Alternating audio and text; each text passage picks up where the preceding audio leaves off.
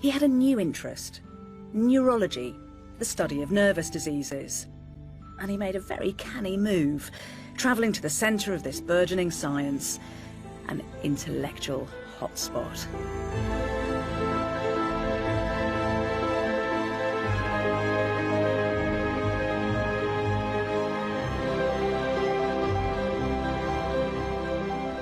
This is Salpêtrière, in Freud's day a kind of medical poorhouse, a bleak dumping ground for some 5,000 women, many of whom were diagnosed as hysterical.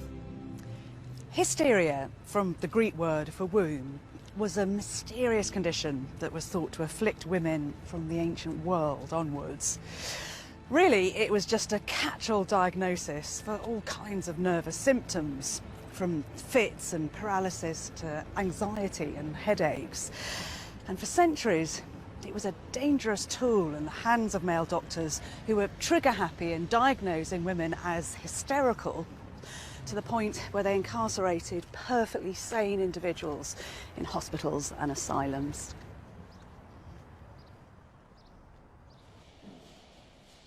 Freud came to Salpêtrière to study with the preeminent pioneer of neurology, Jean-Martin Charcot.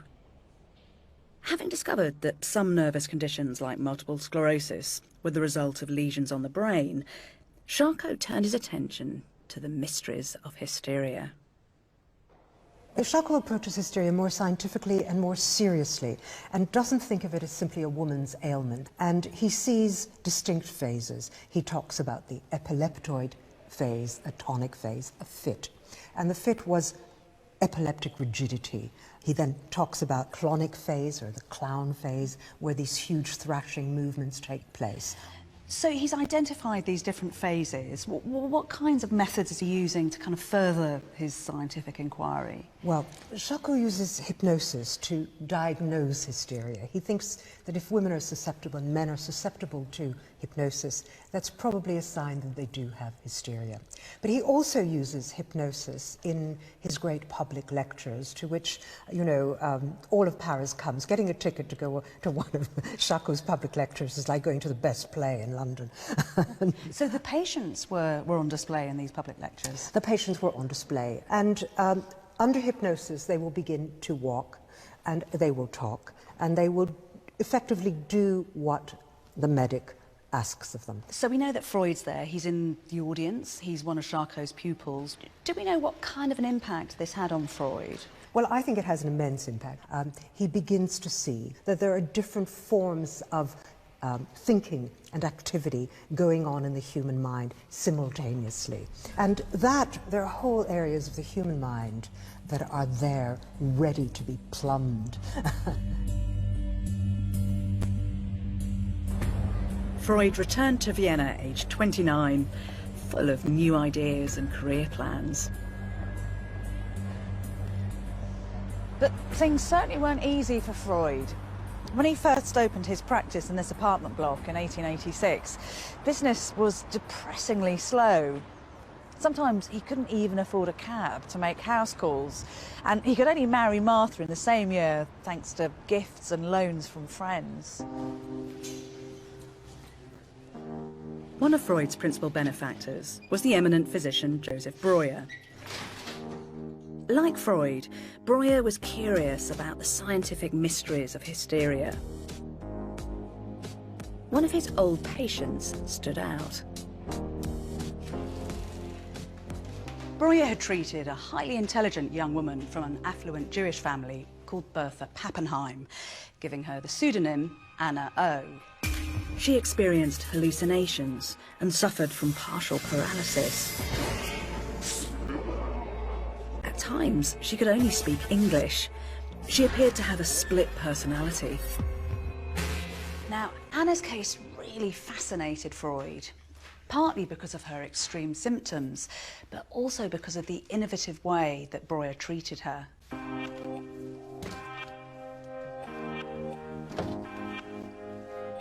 During Breuer's consultations, Anna fell into a state of hypnosis and revealed melancholic details of her personal history. The talking revived significant or painful memories of past events that had been forgotten or somehow blocked up and suppressed. Breuer found that he could trace Anna's numerous symptoms back to original traumas.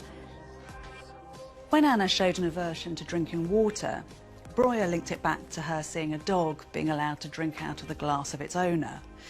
But once she expressed her submerged disgust, her hydrophobia vanished.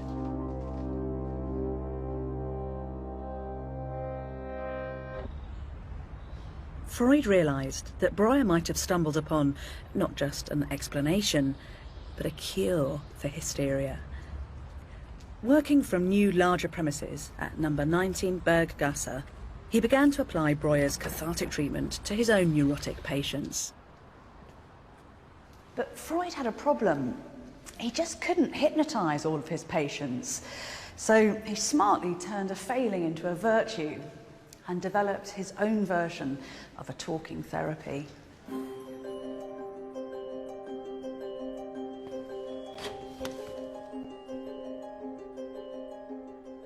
Freud asked his patients to lie on this couch while he sat here behind them out of sight.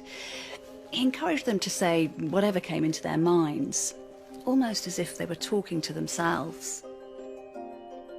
He proved to be an alert listener, systematically sifting through and probing his patients' memories. Interpreting their confessions rapidly, intuitively, he attempted to unlock what was being suppressed. Freud gave his new free association method a new name. He took the ancient Greek word for mind or life breath, psyche, and added to it a robust scientific term, analyze. Psychoanalysis was born. In 1895, Breuer and Freud published their findings in a landmark book, Studies on Hysteria. Freud was keen to find a single unifying reason for hysteria neurosis, to offer their theory a kind of breakthrough moment. And he started to see sex as a central issue. The more cautious Breuer disagreed, but another friend proved far more receptive, the physician Wilhelm Fliess. Sexual morality had long been framed by religion and by and large had been unremittingly repressive for centuries. But Fliess was one of a growing number of medical researchers who embarked on a scientific study of sexual identity and behaviour, unconstrained by orthodox moral judgments and what was generally considered to be perversion. Encouraged by the open-minded Fliess, Freud began to hone his ideas about hysteria and sexual issues.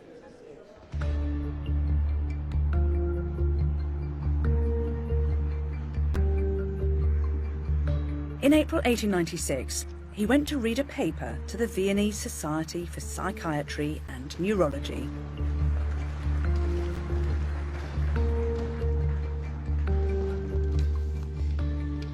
He described the job of treating patients with hysteria in epic terms, as if he were an explorer archaeologist, sifting through the remains of an ancient ruined city, trying to find clues and evidence. Imagine that an explorer arrives in a little-known region where his interest is aroused by an expanse of ruins, with remains of walls, fragments of columns, and with... Freud claimed to have found a singular cause in all his neurotic cases, something he likened to discovering the source of the Nile.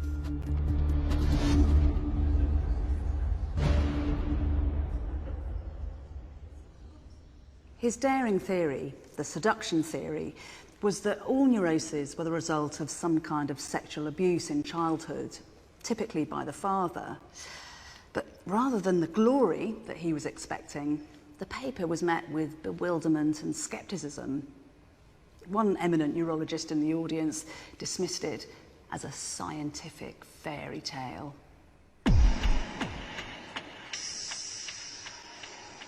This frosty reception just enhanced Freud's view that he was an embattled pioneer, tackling taboo subjects.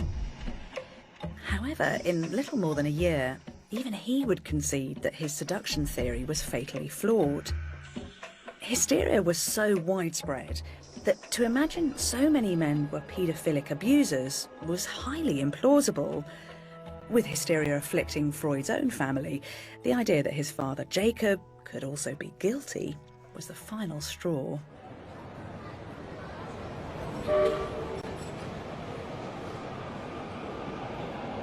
Other speculations, however, would prove far more enduring. At the heart of Freud's thinking was how and why discomforting past thoughts could become repressed, only to be woven into the symptoms and psychic knots of everyday life.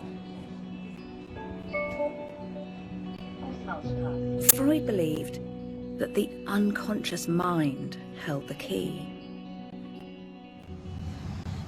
The unconscious mind had been imagined and debated right across the human experience for many centuries. But Freud was one of the first to take a really systematic approach, to try to add precision to the perceptions of the unconscious mind.